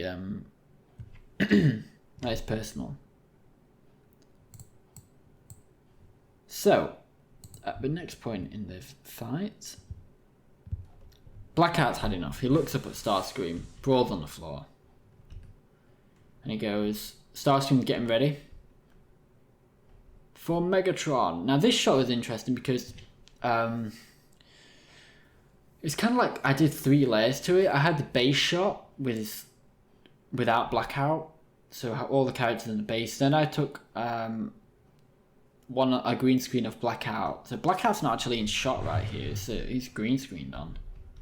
But Blackout shouts for Megatron, and then he charges. He charges propeller,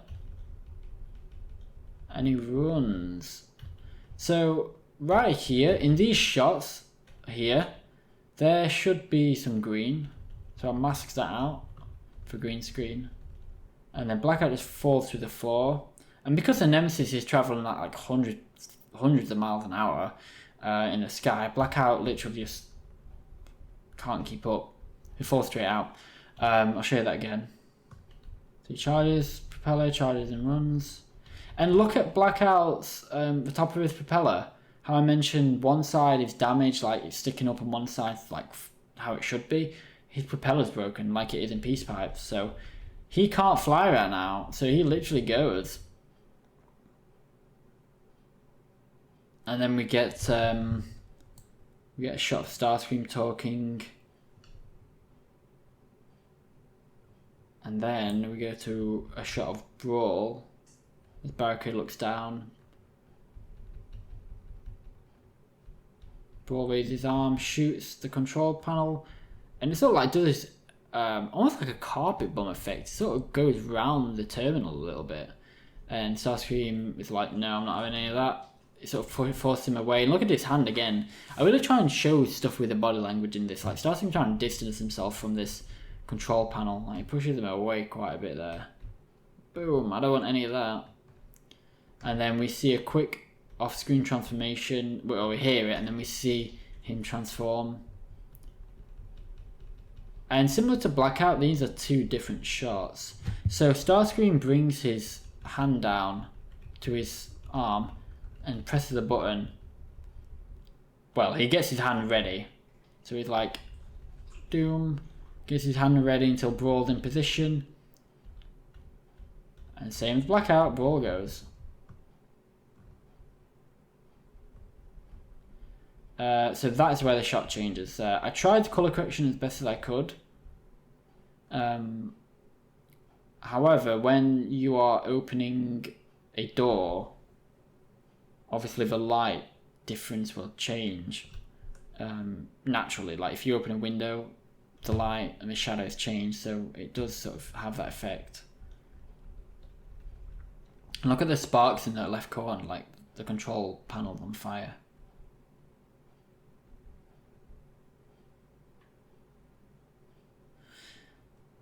So yeah, Starscream had a control on the panel and a backup control in his wrist. Now, all of the floor could be not pressure plated, but like it could all have trapdoors in it. So that's the kind of thinking Starscream does. And even Eli, voice Starscream, says, you know, he's surprised Starscream doesn't use trapdoors in any other continuity. So I'm kind of glad that I threw this in there. And again, here is the reflection. Like if you look at the door, here, the reflective door, you can see the clouds, and that's because that was all green screened there, and it picked it out, and I'm like, oh, that's actually pretty cool. It's reflecting the clouds. So yeah, like I said before, Starscream's pretty fair because he's given Barricade a load of chances.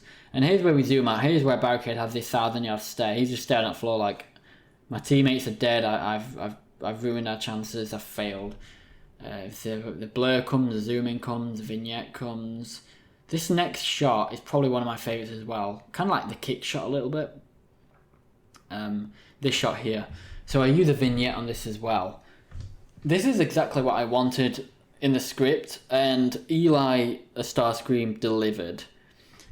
Because if you don't, or if you attempt again what you have done today, I will rip your world apart from the inside out. That gives me chills, man. Like, Eli, thank you so much. You delivered that line perfectly. That's exactly how I wanted it. And the thing is, Starscream, he goes from, like, sort of a standing position to a kneeling position. We do hear a bit of a sound effect change as he kneels down. But it's not just like he's standing over him. He's standing so close. This is dominance. He whispers in his ear, lowers his tone, whispers in his ear, and says, I will rip your world apart from the inside out. That is terrifying. What that basically means is, if you try this again, I'm going to make your life hell. Doesn't mean he's going to kill Barricade. But if you think back to 1518 Days Without an Accident, Predaking makes a threat to Ravage, saying if Ravage doesn't do as he's ordered, then Predaking will go back to the Nemesis and not only kill Ravage, but kill Soundwave. Starscream implying the same thing. This could be like where Predaking gets his sort of mindset from. If Barricade or his friends ever attempted this again, Starscream would basically sort of like imprison Barricade, but torture him emotionally and mentally, because Barricade's distraught enough as he is. And he would tell him how he's going to kill his friends. So he would kill Brawl and Blackout in the most worst ways. Probably torture them a bit first. He would kill Soundwave. He would kill all the Old Order. Like everyone Barricade's trying to protect and fight Starscream, and you know, Barricade's trying to fight Starscream to protect everyone he cares about. Everyone who Barricade is doing this for, Starscream will destroy. And that's basically what we see at the end of Days Part 1, where Starscream is basically like, alright, Barricade, lower the gun or I'll kill you. And basically, if Megatron didn't return that moment, Starscream, it would have ended up in a full-on Decepticon fight. Like, Starscream would have come out on top. all the old order would be dead. That's what Starscream's implying as well here. Like, if you try this again, you're done for. You're all dead. And I'm going to make you suffer. That's basically what it is. And that's the thing. Starscream's being fair, but it's also showing Starscream not has a devious side, like a sneaky, treacherous side, but he has...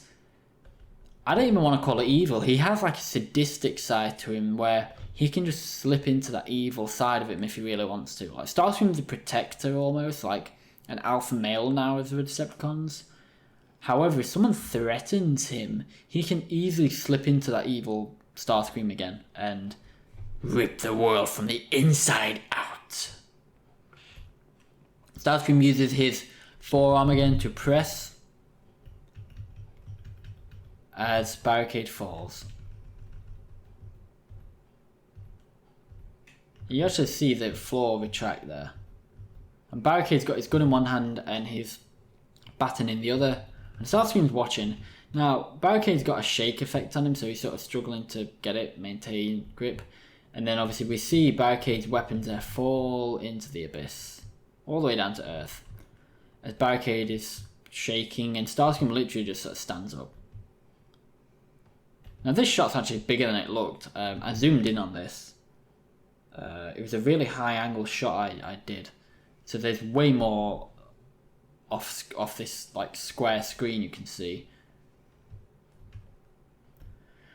Now this is what Starscream is. Barricade's clinging on to life. Obviously he's not going to help him, but he's watching him. That's what he's doing. He's tormenting Barricade. He's literally just watching him.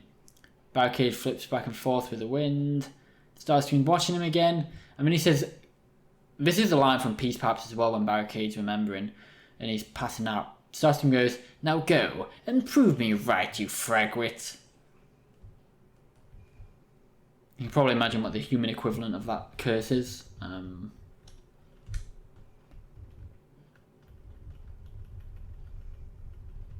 Originally, funnily enough, I didn't know how to get this shot, like which way to do it. I didn't know whether to have Starscream coming from the right of the screen or the left or the top, but I decided the bottom. Because this is Barricade's point of view, what he's looking up to. So Starscream raises his foot and kicks him. And a really cool attention to detail here.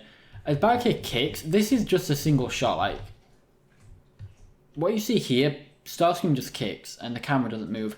I pan the camera, so when it kicks Barricade, the camera pans up. So basically, above Starscream right now, the shot, there's more to the shot that you can't see.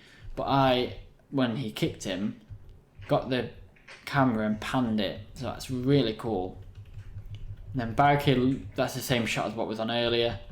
This is the same shot exactly as this one here. Just I cut the end off and put it here where Barricade basically falls off and spins. And then this is the exact same shot right here as this. This is what I mean, there's more to it. So as Starscream kicked him, I basically panned the shot upwards here. And then this shot blurs as we get further away. So this is a trapdoor. So all this room is taking place on the bottom floor, like the ground floor of the Nemesis. So camera zooms out as Barricade basically falls and falls and falls. So that's that.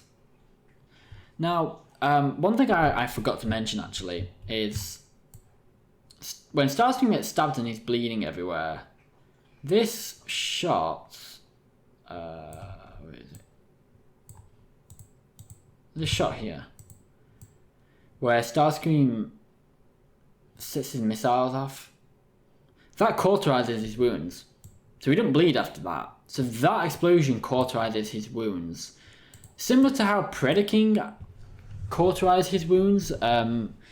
I had this idea, I didn't do it, so I can't even call it a deleted scene because I never filmed it. But off screen, basically, when Predaking gets his hand sawn off by Roadbuster in End of Days Part 1, and he goes flying to the back of the ship, and then somehow he gets in Ultra Magnus's control, main control room. That's what I was looking for, but it took too long. Predaking end up fighting Ultra Magnus, and it's kind of like, how did he get there? From the back of the ship. Basically, Predaking is bleeding because he's got his hand chopped off. So he's at the back of the Nemesis. Predaking sticks his arm into the Xanthian's thrusters to cauterize his wound, and then finds a way inside the ship. So that's a pretty cool contrast right there. And obviously at the end when Starscream says, "We are one and the same, my friend," they are, you know, Starscream and Barricade, they both give each other chances to surrender, probably more than they should. And they're very similar. They want what's best for the Decepticons, but in different ways. So, you know, Starscream and Barricade are more similar than I think they would like to admit, really. Now, what I want to do is quickly show you guys the scanning shot, and then that'll be it for this video. So let me just get that. So with this scene, what's recording now? Okay, so with this scene, you see Barricade's sort of eyes flashing. One's brighter than the other, and the other's brighter. So I really like that. But let's slow it down. I really think you will find this interesting. We're gonna look at each body part right here. So I'll do it once and then I'll break it down. So look at that. True Decepticons are never banned. Been down and I'ma get it right. Dead on sight like first off, you don't run nothing. All talking, your team bluffing. My squad, we all dream crushing. Ain't rushing, no discussion. All I know is I was made for this. Paid for this, yeah, slave for this.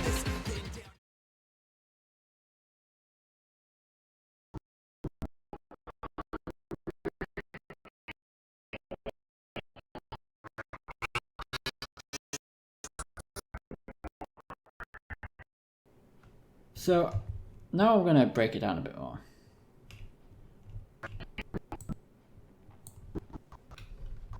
Let's look at his legs. So his legs, and we have this like black grunge behind Barricade. That's like his body frame, his sort of protoform body. They shift a little bit, and his legs shift. Like look at his legs right there. We got them side panels, them grey side panels. They expand and fade into the new legs. Look at that, look at that. Now let's get out of the way, guys. Let's not make it weird. Let's look at the crotch. Let's look at Barricade's crotch. So we have his old one and then a little bit of a new shape come there, just to the right. That, his old crotch slides and the new one like flips outward there. Like and it all folds down nicely into place. Now let's look at his abdomen.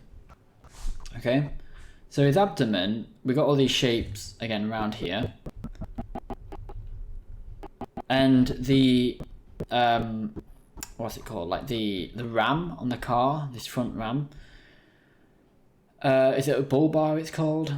So we actually see it here, and it comes out, and then it folds in, and then it readjusts itself to its new place. And then the grill, look at the grill.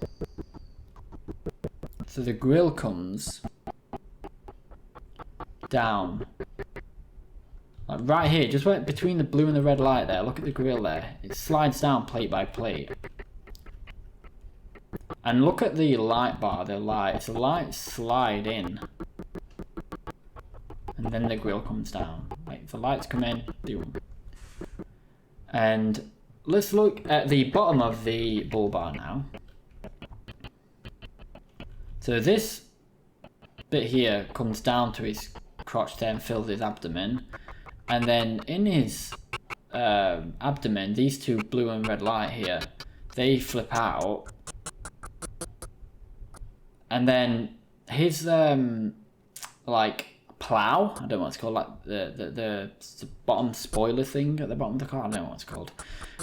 One of them flips out here just below his bar there. One of them flips out there, then another one fills in the gap, then another one flies in behind that, and then another one flies in, then four there. They all fly in the bottom there. And then his rest of his grill pops down there. And look at the side bits here, where his bull bar is. They like flip out.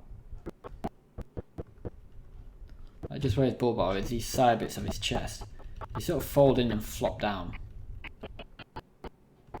And then the side bits of Barricade's new car are like rotated up, and then they switch down, and then his headlights come down. Look at that. His headlights come down. His headlights come out of from under his hood and fall down, and then the rest of his car comes together. And look at the smoke that like comes out there. Now let's look at the top of the chest. So you have the I guess Americans call it hood, I just call it hood, but we call it the bonnet here in the UK. So the bonnet fades into a new piece and shrinks and clips down. And then we have like two diagonal bits that come out to the sides, flip down, and then go up there. You see it go up behind him, and then they fall back down. See that? At the same time, look at his forearms and his biceps, like they also do the same thing. And even his neck, look at his neck. His old neck turned into his new neck right there. I'm going to save the head for last, but you can actually see the windows on Barricade, the back door windows, they fold down, rotate round and fold up. Look at that. They fold down, rotate round, fold up, fall back down. Originally what I wanted to do was get all Barricade's like grey parts and his recon Barricade and fade them into black or blue to transition it more, but it's not that it was too much work, but there was too many layers and it would have killed my computer, but I think what I did was really good. And look at the sides of his old car here, they switch in there, and they switch for the new plates there. Look at that, they're out on the side, they switch in with the headlights come in and they switch out. Now, let's look at the arms. So, let's look at both forearms. So that both the forearms there, they collapse as these black pieces, these new pieces come over his arm. They fade in and they switch over. And then Barricade's fist there, his left fist transforms from blue to grey, and it obviously goes with his internal skeleton right there. And then we get the plates from Barricade's door there, his recon Barricade door. They fold down and become his forearm guard and turn to black as this forearm sort of compressed down and all fit together. I mean, just look at that. Again, I'm not trying to sound like arrogant doing this, but I'm really pleased with it. Let's look at his upper arms. So these ones I'm pretty pleased with. So we've got the biceps here. So the wheels at the top here, look at the wheels transform into their new mode. So the wheels at the top fold down and shift down there. I'll show you that again. They shift down. And then that's when the biceps fold in. And then the new biceps form out the tyres there. And then we have a bit of a shift there, just sort of like click it all together. This bit I like. So the back plate for Barricade just behind his head. Look at the back plate here just behind his head. There, it just slots into place right there. Slots in place. Let's look at his head now, okay? So, this bit I'm pretty proud of, to be honest. I'm going to zoom in. If it lets me. There.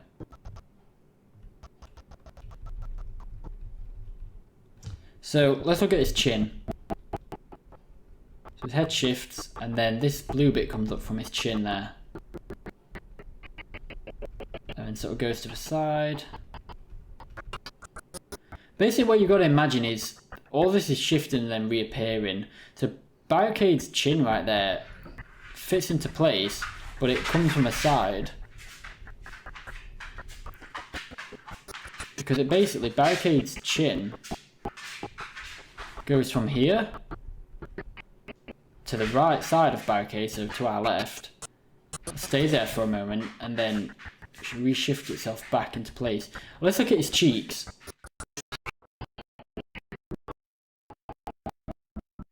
The barricade's head shifts down. Apologies for the background noise. As his cheeks go from this blue to a dark blue, these are the new pieces of Barricade's head.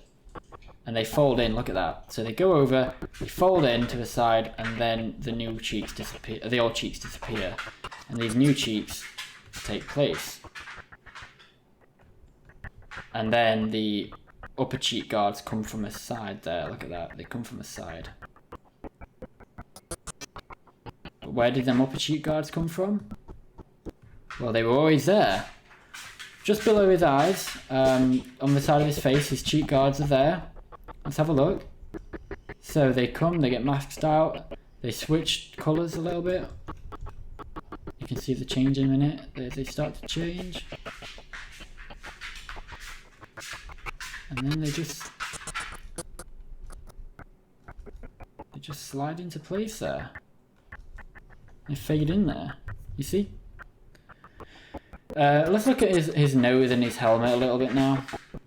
So his nose is up here. Head shifts down, his nose goes into his crest, and then his nose just shifts down right there. But his nose is sort of covering the Decepticon insignia. And I always like that my copy, I don't know if it came like this, but his Decepticon symbol sort of scratched out, and I do like that. He's war-torn. It's not like Steel Jaw or anything, like, you know, the RID Decepticons, but he's war-torn. Let's look at Barricade's helmet, like on the top of his head. So the top of Barricade's head, just in the middle, slides in there, and we're left with the two bits at the top, the right and the left. Now they get faded over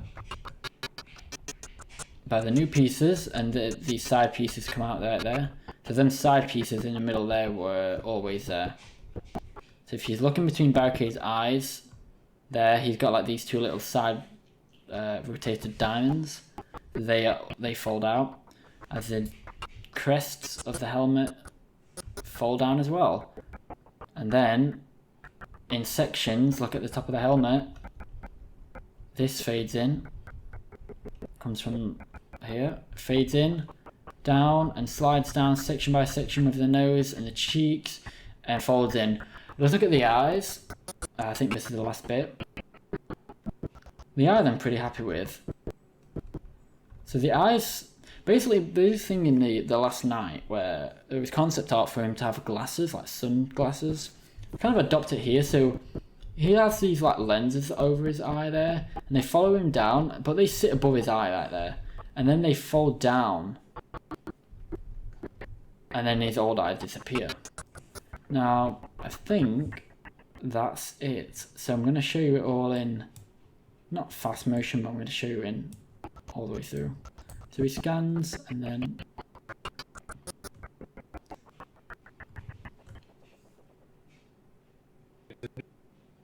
and that's it.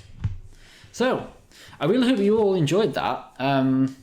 Definitely took a lot of work, but really proud with it. I hope you enjoyed this sort of behind the scenes of stuff about the story and the characters and the plot and the stuff that really went in behind the scenes to make this. So I've talked for long enough. My voice is really hurting right now. But I really think this adds value, because there's face value of watching a fight and going, whoa. Then there's director's value of filming the fight, knowing what's going on from behind the camera, actually seeing it, not just the rectangle, what's in the frame. And then there's this where I sit down with you and actually tell you what's what. So I hope this gives you more of an insight. But yeah, I mean, between the two barricades, the Recon barricade last night, there is a size difference in terms of the figure, so that's why he sort of shifts down a little bit. But yeah, that's it really. So I think I'm just gonna leave it there. But thank you so much if you've watched all this video. Really appreciate it. I hope you found it interesting. I hope you took something away from it, and maybe whether you do it with my work or someone else's work, I hope you just sort of appreciate a little bit more the time that went into it, because again, there's face value and then there's sort of more in-depth value. And you know, the thing is, it's like you can watch a 2-minute video of stop motion, and that could have taken weeks for someone. We work at different rates. I am quite a fast animator, but someone could animate 5 minutes in a month, and that's fine. That's their workloads. That's the way they work. But regardless, the time and the energy that's gone into that is impressive, really, really impressive, and it's quite incredible to see, really. So when you watch someone else's video, don't take it at face value. Slow the video down. Listen to the audio. Close your eyes as you watch the video. Close your eyes and just listen to what's going on, because when you watch something, both your visual and your auditory senses sort of get not mixed up, but they become one, and you can't appreciate the other. It's like they say, when one sense is away, the other is on point. So shut your eyes when you're watching a video and listen to just the sound, because the sound makes up so much of it. And then when you're watching a video, turn the volume down.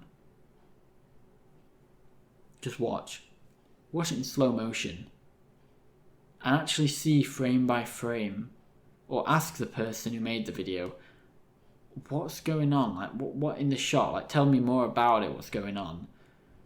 If you have any questions for this, please let me know. If you're curious about something in the editing process. But just when you watch someone's video next like this, whether it's mine or someone else's, just again keep that in mind and think, okay, I want to know this video in and out, like what actually is happening. Because watching it at face value at normal speed is fine, but you're not slowing it down. Because I guarantee majority of people, and this is fine, this is for me as well, like this goes for me if I was to watch something else. It's like the forest fight in Revenge of the Fallen. You're amazed by it, but when you slow it down, you see all the intricate fight moves. So just when you watch a video, just really slow it down and try and absorb as much as you can from it. I think that's everything I've got to say. I'm just going to check my notes, and I don't see anything else highlighted. I probably will have forgot to say something. Maybe I'll cover that in the next director's commentary, which will probably be for Barricade. It'll be Outcasts when they return to Starscream. Anyway, if you enjoyed this, the link to the video will be in the corner, and so will Peace Pipe. So you could check out more behind the scenes as well on my channel, and you can check out a full Cinematic Universe playlist for Transformers. Other than that, I appreciate you all taking time out of your day to watch this and listen to me, and I hope you have a really, really good weekend.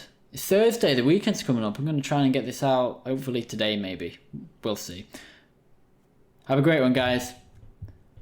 I think I deserve to say this time, but till all are one. And don't forget, description, my link to my Discord and my Instagram. And make sure you like, comment, subscribe, all the good stuff. Turn the notifications on and share, most importantly. Get the channels out there and the videos out there. And that goes for every other channel as well. Let's help each other grow. Anyway, my throat's dead. So, till all are one.